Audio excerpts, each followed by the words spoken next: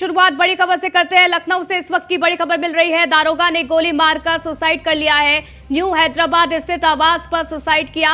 54 साल के ज्ञान सिंह ने आत्महत्या कर ली है। सुसाइड से पहले परिजनों को कॉल भी किया था, अंतिम संस्कार करने की तैयारी करने को कहा। इसके साथ ही महानगर थाना क्षेत्र के न्यू हैदराबाद की पूरी घटना बताई जा रही है। तो दारोगा ने सुसाइड कर लिया है। कॉल कर परिजनों को ये बताया कि अंतिम संस्कार करने की तैयारी वो कर ले। आपको बता दें कि ये जो पूरा मामला है वो महानगर थाना क्षेत्र के न्यू हैदराबाद का बताया जा रहा है। तो ये बड़ी खबर है और आपको बता दें कि दारोगा ने गोली मारकर आत्महत्या कर ली है, सुसाइड कर लिया है। न्यू हैदराबाद स्थित आवास पर सुसाइड किया। हालांकि किन कारणों से सुसाइड किया गया है देखना होगा, लेकिन 54 साल के ज्ञान सिंह ने आत्महत्या कर ली है। ये बड़ी खबर है। सुसाइड से पहले परिजनों को कॉल भी किया था और उस कॉल के जरिए कहा था कि अंतिम संस्कार करने की तैयारी वो कर ले। हालांकि किन कारणों से आखिरकार दारोगा ने ये कदम उठाया, ये देखना होगा। ये जांच का विषय है और पुलिस इसकी जांच कर रही है। नीलेश चौहान हमारे संवाददाता जुड़ गए, उनसे ज्यादा जानकारी ले लेते हैं। नीलेश, क्या कारण रही, क्या कारण का पता चल सका है? मौके पर सुसाइड नोट मिल सका है? देखिए, बिल्कुल आपको बता दूं कि 54 वर्षीय दरोगा ज्ञान सिंह ने जो है खुद को गोली मारकर मौत के घाट उतार लिया है। पुलिस ने बॉडी को कब्जे में लेकर पोस्टमार्टम हाउस भेज दिया है और पुलिस पूरे मामले की पड़ताल कर रही है। अभी तक की जो जानकारी निकलकर सामने आई उसमें ये जरूर बात साफ हुई है कि ज्ञान सिंह ने अपने साले को फ़ोन करके कहा था कि अंतिम संस्कार की तैयारी कर लें। कहीं ना कहीं ये देखा जाए तो पुलिस विभाग में बड़े पैमाने पर जो पुलिस विभाग के कर्मचारी हैं वो कहीं ना कहीं डिप्रेशन का शिकार होते हैं, जिसके कारण आए दिन कहीं ना कहीं किसी न किसी जिले से ये सूचनाएं आती हैं कि दरोगा और इंस्पेक्टर सिपाही ने सुसाइड कर लिया है। इससे पहले हमने देखा था कि उन्नाव में इंस्पेक्टर ने फांसी के फंदे पर लटक कर अपनी जीवन लीला समाप्त कर ली थी। और आज की अगर हम बात करें तो लखनऊ में दरोगा ज्ञान सिंह ने खुद को गोली मारकर मौत के घाट उतार लिया है। कहीं ना कहीं ये तमाम घटनाएं ये बताती हैं कि पुलिस विभाग में बड़े पैमाने पर काउंसलिंग की ज़रूरत है। जिस तरीके से पुलिस विभाग का जो उनके ऊपर भार होता है, उसके साथ साथ परिवार के सदस्यों का भार होता है, उन तमाम चीज़ों को देखा जाए तो पुलिसकर्मी जो है डिप्रेशन का शिकार हो जाते हैं। इसी कारण वो सुसाइड जैसे बड़े अटेम्प्ट को अपनाते हैं। कहीं ना कहीं देखा जाए इस पूरे मामले में अभी तक पुलिस के हाथ क्या कुछ सबूत लगे हैं कि सुसाइड क्यों किया गया। हालांकि पुलिस के कोई भी अधिकारी इस पर बोलने को तैयार नहीं। न्यू हैदराबाद में किराए के मकान में रह रहे थे, वहीं पर इन्होंने खुद को मौत के घाट उतारा है। अब देखना होगा कि 112 में तैनात दरोगा की मौत के पीछे क्या कुछ कारण हो सकते हैं। क्या विभागीय जो भार था वो ज़्यादा था या फिर घर परिवार का कोई ऐसा मामला था जिसके कारण वो डिप्रेशन में चल रहे थे, इस कारण उन्होंने इतना बड़ा कदम उठाया और मौत के घाट खुद को उतार लिया और बॉडी को पोस्टमार्टम हाउस भेज दिया गया है। परिवार के लोग पोस्टमार्टम हाउस कुछ देर में पहुंचेंगे। फिलहाल ये कहा जा सकता है कि पुलिस विभाग में बड़े पैमाने पर काउंसलिंग की वर्तमान समय में जरूरत है ताकि उनको डिप्रेशन के शिकार होने से बचाया जा सके। बिल्कुल बिल्कुल, काउंसलिंग की बेहद जरूरत है क्योंकि 54 साल और उस साल की उम्र में आत्महत्या करना एक बहुत बड़ा मामला हो जाता है। आप नजर बनाए रखिएगा, जो भी अपडेट होगी हम तक पहुंचाना। फिलहाल के लिए बहुत बहुत शुक्रिया नीलेश, हमारे साथ जुड़ने के लिए, तमाम जानकारी हम तक साझा करने के लिए। मेरठ से खबर है, सपा अध्यक्ष अखिलेश यादव का मेरठ का दौरा आज है। शादी समारोह में वर वधू को आशीर्वाद देने पहुंचेंगे अखिलेश यादव। दोपहर 1 बजे राली चौहान जाएंगे अखिलेश यादव, ये जानकारी है। हादसे में शिकार कांवड़ियों को श्रद्धांजलि भी दी जाएगी। अखिलेश यादव दोपहर 1:45 पर धनपुर पहुंचेंगे। सपा राष्ट्रीय अध्यक्ष गाजियाबाद हादसे के मृतकों को श्रद्धांजलि अर्पित करेंगे। इसके साथ ही 2:15 पर दिल्ली के लिए वो रवाना हो जाएंगे। तो ये बड़ी जानकारी, जहां आपको बता दें कि मेरठ दौरे पर हैं अखिलेश यादव और इस दौरान वो शादी समारोह में शामिल होने वाले हैं और इस दौरान आशीर्वाद दिया जाएगा। हालांकि बताया जा रहा है कि 2:15 पर दिल्ली के लिए वो रवाना हो जाएंगे। तो मेरठ दौरा जिसको लेकर तैयारियां की जा रही है। शादी समारोह में वर वधू को आशीर्वाद देने पहुंचेंगे अखिलेश यादव। दोपहर 1 बजे बताया जा रहा है कि राली चौहान जाएंगे अखिलेश यादव और यहां पर हादसे में शिकार कांवड़ियों को श्रद्धांजलि दी जाएगी। अखिलेश यादव श्रद्धांजलि देंगे। दोपहर 1:45 पर धनपुर पहुंचेंगे सपा राष्ट्रीय अध्यक्ष और गाजियाबाद हादसे के मृतकों को श्रद्धांजलि यहां पर अर्पित करेंगे अखिलेश यादव। 2:15 पर दिल्ली के लिए अखिलेश यादव रवाना हो जाएंगे। तो यहां मेरठ का दौरा अखिलेश यादव का रहने वाला है। श्रद्धांजलि भी वो देने वाले हैं। इसके साथ ही सबसे पहले वो शादी समारोह में जाएंगे, वर वधू को आशीर्वाद देंगे और उसके बाद 1 बजे राली चौहान जाएंगे। वो हादसे में शिकार कांवड़ियों को श्रद्धांजलि अर्पित करेंगे, श्रद्धांजलि देंगे अखिलेश यादव। इसके बाद बताया जा रहा है कि दोपहर 1:45 पर धनपुर पहुंचेंगे सपा राष्ट्रीय अध्यक्ष अखिलेश यादव। गाजियाबाद हादसे के मृतकों को श्रद्धांजलि इस दौरान अर्पित की जाएगी। हालांकि अब नजर उनके इस दौरे को रहेगी। आपको बता दें कि 2:15 पर दिल्ली के लिए अखिलेश यादव रवाना भी हो जाएंगे। अतुल हमारे संवाददाता फोन लाइन पर जुड़ गए, उनसे ज्यादा जानकारी ले लेते हैं। अतुल, यहाँ पर मेरठ दौरे पर हैं अखिलेश यादव, फिलहाल क्या कुछ कार्यक्रम उनके वहां पर निर्धारित किए गए हैं? क्योंकि श्रद्धांजलि का भी कार्यक्रम है, श्रद्धांजलि अर्पित करते हुए नजर आने वाले हैं। देखिए, मेरठ दौरे पर है आज पूर्व मुख्यमंत्री अखिलेश यादव, समाजवादी पार्टी राष्ट्रीय अध्यक्ष। देखा जाए जिस तरह से 3 जगहों पर कार्यक्रमों में पहुंचेंगे अखिलेश यादव। रानी चौहान गांव में जहां पर एक हादसा हुआ था कांवड़ यात्रा के दौरान, 11,000 केबी की लाइन से डीजे टच हुआ था जिसमें 7 कांवड़ियों की मौत हुई थी। उसको लेकर के वहां पर श्रद्धांजलि अर्पित करने के लिए पहुंचेंगे। साथ ही पहुंचली बुजुर्ग में एक पर्सनल कार्यक्रम है, उसमें पहुंचेंगे। समाजवादी पार्टी के कार्यकर्ता के यहाँ पर पहुंचेंगे और उसी के बाद तीसरी जगह सरतला में है, वहां भी जाएंगे। लगातार देखा जाए तो आज वेस्ट यूपी को साधने के लिए कहीं ना कहीं अखिलेश यादव निकले हैं। जिस तरह से भारतीय जनता पार्टी के जो कार्यकर्ता और नेता हैं वो अपने कार्यकर्ताओं को सम्मानित करते हैं, बढ़ावा देते हैं, उनके प्रोग्रामों में पहुंचते हैं, उसी तरह से आज अखिलेश यादव मेरठ दौरे पर रहेंगे। 3 जगहों पर कार्यक्रमों में पहुंचेंगे अखिलेश यादव। बिल्कुल, 3 जगह पर कार्यक्रम। कितने बजे अखिलेश यादव मेरठ पहुंचेंगे, इसको लेकर क्या जानकारी अतुल? देखिए, पार्टी के कार्यकर्ताओं की बात की जाए तो 11 बजे बताया जा रहा है, लेकिन जो ऑफिशियल प्रोग्राम है उसको लेकर के अगर देखा जाए तो 10:30 बजे का प्रोग्राम था। लेकिन सुबह से ही पश्चिम यूपी के मेरठ में जिस तरह से मूसलाधार बारिश पड़ रही है उसको लेकर के प्रोग्राम लेट हो सकता है। लेकिन फिलहाल की बात की जाए तो अखिलेश यादव अभी पहुंचे नहीं है, लेकिन 11 बजे का टाइम बताया जा रहा था कि अखिलेश यादव 11 बजे मेरठ पहुंचेंगे। उसके बाद रानी चौहान गाँव में पहुंच करके उन कांवड़ियों को श्रद्धांजलि देने के लिए पहुंचेंगे, साथ ही अपने जो कार्यक्रम है उनमें पहुंचेंगे। ठीक है अतुल, बहुत बहुत शुक्रिया तमाम जानकारी हम तक साझा करने के लिए। तो दिल्ली से खबर है, मानसून सत्र का 5वां दिन आज है। मणिपुर हिंसा को लेकर आज भी हंगामे के आसार हैं। अविश्वास प्रस्ताव का मसौदा तैयार करने में कांग्रेस जुटी हुई है। मोदी सरकार के खिलाफ अविश्वास प्रस्ताव की तैयारी है। अविश्वास प्रस्ताव के लिए विपक्ष इंडिया ने अहम बैठक भी बुलाई है। मणिपुर के मुद्दे पर पीएम का बयान चाहता है विपक्ष। अविश्वास प्रस्ताव सरकार को लंबी चर्चा के लिए मजबूर करेगा, ये विपक्ष का साफ तौर पर कहना है। तो यहाँ पर इंडिया की अहम बैठक भी होनी है और इस बैठक में रणनीति बनाई जाएगी कि किस तरीके से बीजेपी को घेरा जाए, क्योंकि लगातार सदन जो है वो प्रभावित हो रहा है। विपक्ष लगातार मांग कर रहा है कि प्रधानमंत्री इस पूरे मामले को लेकर कुछ बोले, इस पर बहस की जाए। हालांकि मॉनसून सत्र का आज 5वां दिन है और आज क्या कुछ होता है, किस तरीके की तस्वीरें सामने आती हैं, ये देखना होगा। लेकिन साफ तौर पर मणिपुर हिंसा का मामला गरमाया हुआ है और इसको देखते हुए आज भी हंगामे के पूरे आसार हैं। वहीं आपको बता दें कि मोदी सरकार के खिलाफ अविश्वास प्रस्ताव की तैयारियां फिलहाल की जा रही हैं और अविश्वास प्रस्ताव के लिए विपक्ष यानी कि इंडिया ने अपनी अहम बैठक भी बुलाई है। मणिपुर के मुद्दे पर पीएम का यहां पर बयान विपक्ष चाहता है और यही वजह है कि अविश्वास प्रस्ताव सरकार को लंबी चर्चा के लिए मजबूर करेगा, ये विपक्ष का कहना है। तो 5वां दिन है आज और लगातार बीते 4 दिन से जो मॉनसून का ये सत्र है वो प्रभावित हो रहा है और यहाँ पर चर्चा किसी भी मुद्दे पर नहीं हो पा रही है, क्योंकि लगातार जो विपक्ष है वो मणिपुर पर चर्चा करना चाहता है। प्रधानमंत्री नरेंद्र मोदी का बयान इस पर चाहता है और लगातार इसको लेकर हंगामा विपक्ष करता नजर आ रहा है।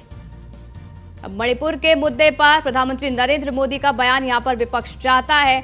अविश्वास प्रस्ताव सरकार को लंबी चर्चा के लिए मजबूर करेगा, ये विपक्ष का साफ तौर पर कहना है। लेकिन आज किस तरीके की तस्वीरें सामने आती हैं ये देखना होगा। लेकिन संभव है कि मणिपुर का हिंसा जो कि गरमाया हुआ है, इसको लेकर आज भी हंगामा हो सकता है। पीयूष तिवारी हमारे संवाददाता जुड़ गए, उनसे जरा जानकारी ले लेते हैं। पीयूष, मॉनसून सत्र का आज 5वां दिन है और आज भी हंगामे के पूरे आसार हैं। विपक्ष ने अब अपनी पूरी रणनीति बना ली है। विपक्ष की तरफ से साफ तौर पर यह कहा गया है कि प्रधानमंत्री नरेंद्र मोदी इसको लेकर बयान दे और इसी के लिए इंडिया की आज बैठक भी होनी है। इस बैठक को लेकर क्या जानकारी, कितने बजे ये बैठक होगी?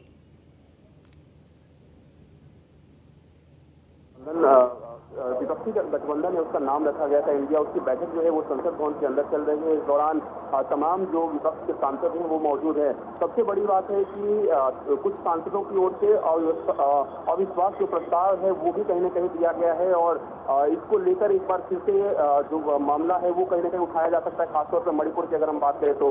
इसके साथ ही आप देखिए लगातार विपक्ष जो है वो जब से संसद की कार्रवाई चल रही है तब से मणिपुर के मामले को उठा रहा है और इसको लेकर चर्चा चाहता है। इस दौरान आपने देखा कि जो संजय सिंह है राज्यसभा सांसद, उनको भी सस्पेंड मानसून सत्र की बचे हुए अवधि के लिए किया गया, वो लगातार धरने पर बैठे हुए हैं। ऐसे में अब देखने वाली बात होगी कि आज सरकार की ओर से क्या कुछ कहा जाता है, क्योंकि पिछली बार आपने देखा कि जब मणिपुर के मामले को उठाया गया उसके अगले ही दिन मानसून सत्र की जब कार्रवाई शुरू हुई तो गृह मंत्री अमित शाह ने भी बाकायदा इस पर बयान दिया और कहा कि हम भी चाहते हैं कि इस पर हम जवाब दें, लेकिन शांतिपूर्ण तरीके से विपक्ष के जो लोग हैं वो इस पर जवाब मांगे तब हम लोग जवाब दे सकते हैं, क्योंकि ये पूरा मामला जो है वो कहीं ना कहीं संवेदनशील है। तो ऐसे में तमाम जो विपक्षी दल है वो अभी भी बैठक कर रहे हैं, रणनीति बना रहे हैं और अविश्वास जो प्रस्ताव है वो भी लाया गया है। 2 सांसदों की ओर से ये अविश्वास प्रस्ताव लाया गया है और निश्चित रूप से अब देखने वाली बात होगी कि सरकार की ओर से इस पूरे मामले में खासतौर पर आज क्या कुछ जवाब दिया जाता है।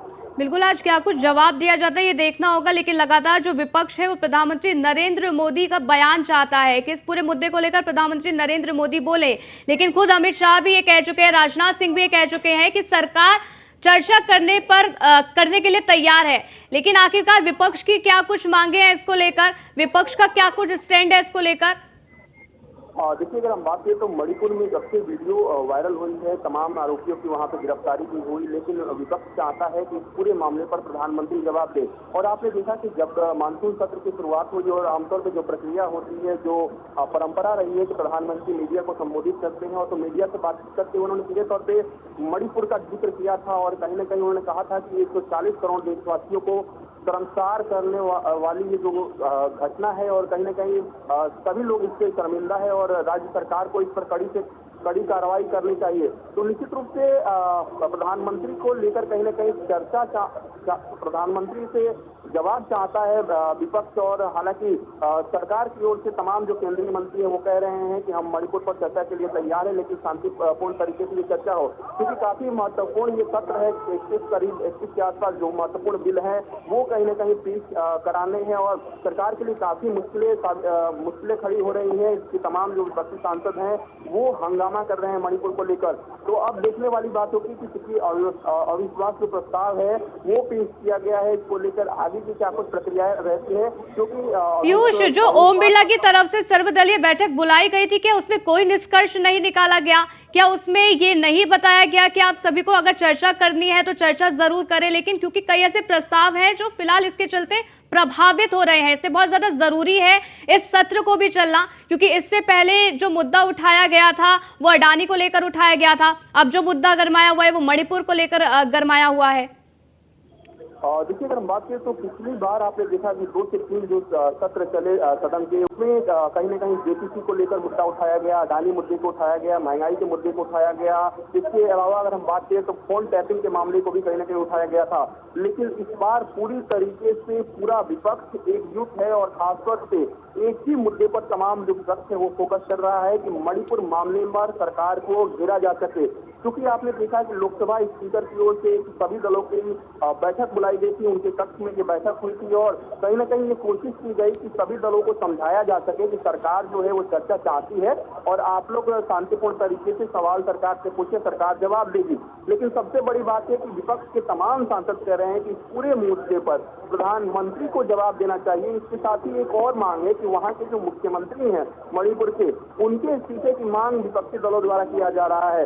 सबसे बड़ी चुनौती सरकार के लिए है कि तमाम जो महत्वपूर्ण बिल हैं उनको पेश कराना है। अगर सदन की कार्रवाई नहीं चलती है तो ये महत्वपूर्ण जो बिल हैं वो पेश नहीं हो सकते, पारित नहीं हो सकते हैं। और इसके साथ ही सरकार की तरफ से अगर हम बात करें तो हाल ही में आपने देखा कि रक्षा मंत्री राजनाथ सिंह ने विपक्ष के तमाम नेताओं से बातचीत की और अपील की कि सदन की कार्रवाई को शांतिपूर्ण तरीके से चलने दिया जाए। इसके अलावा आप देखिए, सबसे बड़ी बात है, गृह मंत्री अमित शाह ने बाकायदा विपक्ष के कुछ नेताओं को पत्र भी लिखा कि शांतिपूर्ण तरीके से सदन की कार्रवाई को चलने दिया जाए। तो सरकार की ओर से तमाम कवायद की जा रही है, लेकिन जो विपक्षी दल है उनको लगता है कि मणिपुर का ऐसा मामला है जिस पर सरकार को सीधे तौर पर घेरा जा सकता है, और इसको लेकर लगातार सदन की कार्यवाही जब भी चल रही है तब कहीं न कहीं इस मुद्दे को उठाया जा रहा है। आपने हाल के प्रकरण को देखा कि राज्यसभा सांसद संजय सिंह मणिपुर के मामले को उठाते उठाते वेल तक पहुंच गए थे, और राज्यसभा सभापति जगदीप धनखड़ ने सीधे तौर पर उनसे कहा कि आप शांतिपूर्ण तरीके से चर्चा कीजिए। इसके बाद जो केंद्रीय मंत्री है पीयूष गोयल, वो बाकायदा एक प्रस्ताव लेकर आते हैं और इस प्रस्ताव को ध्वनि मत से पारित करा लिया जाता है। उसके बाद मानसून सत्र के बचे हुए अवधि के लिए संजय सिंह को निलंबित कर दिया जाता है, सस्पेंड कर दिया जाता है। इसके बाद संजय सिंह तमाम सांसदों के साथ संसद भवन के अंदर गांधी जी की प्रतिमा के सामने बैठ जाते हैं धरने पर, और लगातार वो धरने पर अभी भी बैठे हुए हैं। उनकी मांगे हैं कि सरकार इस पर चर्चा करे मणिपुर के मामले पर, और खासतौर पे तमाम जो सांसद है, चाहे रामगोपाल यादव की बात करें, सुशील गुप्ता की बात करें, या इमरान प्रताप गढ़ी की बात करें जो कि कांग्रेस के राज्यसभा सांसद हैं, तमाम राज्यसभा सांसद जो कि विपक्षी दलों के हैं, उनका कहीं ना कहीं समर्थन भी संजय सिंह को मिल रहा है। तो निश्चित रूप से अब देखने वाली बात होगी कि जब सदन की कार्यवाही चलती है तो इसमें क्या आज एक बार फिर से मणिपुर के मुद्दे को उठाया जाता है, क्योंकि विपक्ष की ओर से बैठक जो है वो अभी भी संसद भवन के अंदर चल रही है। तमाम विपक्षी दलों के जो लोकसभा राज्यसभा के सांसद हैं वो इस बैठक में मौजूद है, क्योंकि अविश्वास जो प्रस्ताव है उसको लेकर काफी चर्चा की जा रही है। कांग्रेस सांसद की ओर से ये प्रस्ताव दिया भी गया है, तो निश्चित रूप से इसको लेकर भी कहीं न कहीं चर्चा की जाएगी, रणनीति बनाई जाएगी। लेकिन फिलहाल एक बड़ी बैठक जो है वो संसद भवन के अंदर चल रही है। ठीक है, ये बड़ी बैठक चल रही है और इस बैठक से क्या कुछ निकलकर सामने आएगा पीयूष, ये देखना होगा, क्योंकि हल निकालना भी बेहद ज्यादा जरूरी है। बहुत बहुत शुक्रिया आपका, हमारे साथ जुड़े और ये जानकारी हम तक साझा की। आगे बढ़ते हैं। दिल्ली अध्यादेश बिल को मोदी कैबिनेट की मंजूरी, अधिकारियों की ट्रांसफर और पोस्टिंग से जुड़ा अध्यादेश। केंद्र सरकार ने 19 मई को अध्यादेश जारी किया था। आम आदमी पार्टी कर रही अध्यादेश का लगातार विरोध, विपक्षी दलों ने किया आम आदमी पार्टी का भी समर्थन। लेकिन अब इस दौरान किस तरीके से बवाल देखने को मिलेगा ये भी देखना होगा। लेकिन यहाँ आपको बता दें कि आम आदमी पार्टी लगातार इस अध्यादेश का विरोध कर रही थी और लगातार कई ऐसे राज्यों में पहुंच रही थी जहां पर विपक्षी दल के नेता हैं, उनसे समर्थन वहां पर मांगा जा रहा था। इसके साथ ही अब आपको बता दें कि मोदी कैबिनेट की इस अध्यादेश को मंजूरी मिल गई है। अधिकारियों और ट्रांसफर, इसके साथ ही पोस्टिंग से जुड़ा यह अध्यादेश था। केंद्र सरकार ने 19 मई को अध्यादेश जारी किया था।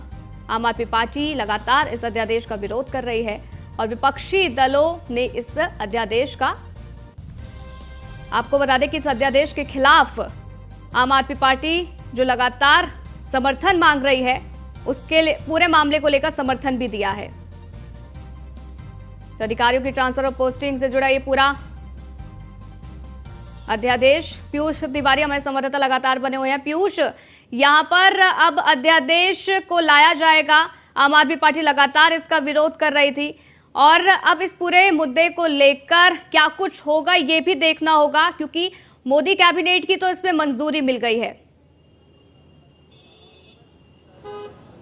बिल्कुल, अगर हम बात करें तो पिछले कुछ महीनों में आपने देखा कि किस तरीके से दिल्ली के उपराज्यपाल और दिल्ली के मुख्यमंत्री के बीच अधिकारियों के ट्रांसफर पोस्टिंग को लेकर खींचतान की खबरें निकलकर सामने आएगी। बाकायदा सोशल मीडिया पर भी जवाब दिया गया एक दूसरे को, चाहे एलजी की बात करें या दिल्ली के मुख्यमंत्री की बात करें। इसके बाद आप देखिए ये पूरा मामला सुप्रीम कोर्ट में जाता है, सुप्रीम कोर्ट में सुनवाई होती है। सुप्रीम कोर्ट सीधे तौर पे कहीं ना कहीं दिल्ली सरकार के पक्ष में यूं कहें कि फैसला सुप्रीम कोर्ट दे देता है कि जनता की चुनी हुई सरकार को भी कुछ अधिकार होने चाहिए। इस पूरे मामले में थोड़ा बहुत समय बीतता है। उसके बाद दिल्ली सरकार इस पूरे मामले में कवायद करती है, अधिकारियों को ट्रांसफर पोस्टिंग करने की जो दिशा में आगे बढ़ती है सरकार। इसके बाद केंद्र सरकार अचानक से एक अध्यादेश लेकर आती है और अध्यादेश आने के बाद आपने देखा कि दिल्ली के मुख्यमंत्री अरविंद केजरीवाल बाकायदा ना सिर्फ दिल्ली बल्कि महाराष्ट्र तक गए, कोलकाता तक गए और तमाम जो विपक्षी दल के नेता हैं उनसे उन्होंने समर्थन मांगा कि अगर अध्यादेश पर बिल लेकर आती है केंद्र सरकार मानसून सत्र में तो तमाम जो विपक्षी सांसद हैं वो इसका विरोध करें। हालांकि आपने देखा कि कांग्रेस के साथ एक वक्त में खींचतान जरूर सामने आई। कहीं ना कहीं पूरी तरीके से कहा गया कि अरविंद केजरीवाल ब्लैकमेल कर रहे हैं, तमाम तरीके की बातें निकलकर सामने आई। हालांकि आखिरी दौर में कांग्रेस पार्टी भी अरविंद केजरीवाल के समर्थन में आ गई। सबसे बड़ी बात है कि मोदी कैबिनेट से इस अध्यादेश को मंजूरी मिल गई है। अब सदन की कार्यवाही जब सुचारू रूप से चलने लगेगी तो निश्चित रूप से इस पर एक बिल लाया जाएगा और बिल भी पास सरकार करा सकती है। अब देखने वाली बात होगी कि कौन कौन से जो सांसद हैं वो इस बिल के समर्थन में रहते हैं, कौन कौन से जो सांसद हैं वो इस बिल के विरोध में रहते हैं, क्योंकि तमाम जो विपक्षी दल हैं वो कहीं ना कहीं इस अध्यादेश के विरोध में सीधे तौर पे नजर आ रहे हैं और दिल्ली के मुख्यमंत्री अरविंद केजरीवाल के समर्थन में नजर आ रहे हैं। अगर ये बिल आ जाता है तो निश्चित रूप से दिल्ली सरकार के लिए एक बड़ा झटका जरूर होगा। बिल्कुल। और क्या पीयूष ये एक वजह मान सकते हैं, मणिपुर का मामला जिस तरीके से गरमाया हुआ है उसको लेकर जिस तरीके से विपक्ष लगातार हमलावर है, सदन चलने नहीं दे रहा है, क्या ये वजह मानी जा सकती है? क्योंकि अगर सदन चलेगा तो इस अध्यादेश को सामने लाया जाएगा, पटल पर रखा जाएगा, उसके बाद इस अध्यादेश को पास किया जाएगा। क्या एक बहुत बड़ी वजह ये हो सकती है? देखिए, अगर हम बात करें तो सबसे बड़ी बात है कि विपक्ष चाहे कितना भी हंगामा करे। जब बीजेपी संसदीय दल की बैठक हुई कल तो आपने देखा कि प्रधानमंत्री ने सीधे तौर पे अपने तमाम सांसदों के साथ संवाद किया। यहाँ तक कि आपने देखा कि जो केंद्रीय मंत्री हैं पीयूष गोयल, उन्होंने सीधे तौर पे राज्यसभा सांसदों को नसीहत तक दे दी कि आप लोग सदन में मौजूद रहें, तमाम जो महत्वपूर्ण बिल है वो पेश कराने। तो सरकार इस कोशिश में ये है कि किसी भी तरीके से जो महत्वपूर्ण बिल है वो पेश कराया जा सके और अध्यादेश को लेकर खासतौर पे सरकार ने कहीं ना कहीं तैयारी कर ली है। अगर जरूरत पड़ी तो विहिप भी जारी करके तमाम सांसदों को संसद में रहने के लिए कहा जा सकता है और देखने वाली बात होगी कि कितने जो सांसद हैं वो इसके पक्ष में रहते हैं, कितने सांसद विरोध में फिलहाल रहते हैं। बिल्कुल, लेकिन जितने सांसद हैं उसमें तो पीयूष ये लगभग तय ही है कि इस अध्यादेश को पास कर ही दिया जाएगा। आम आदमी पार्टी भले ही जितना विपक्षी दलों का समर्थन मांग रही हो, चाहे जितने भी विपक्षी दलों का समर्थन मिल रहा हो, लेकिन लोकसभा राज्यसभा से तो ये बिल पास हो ही जाएगा।